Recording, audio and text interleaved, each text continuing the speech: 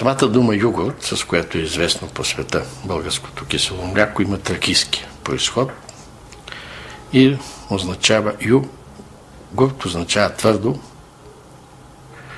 мляко.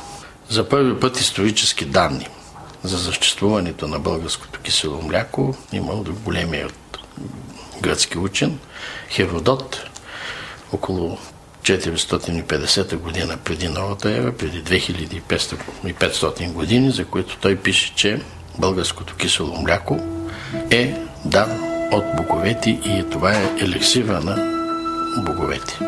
Войните на траките, когато римляните започват да завоюват Тракия, се бият много ожесточено и причината за това нещо, че те пиели напитка, която се съдържала кисело мляко и конска кръв, което им давало много голяма сила.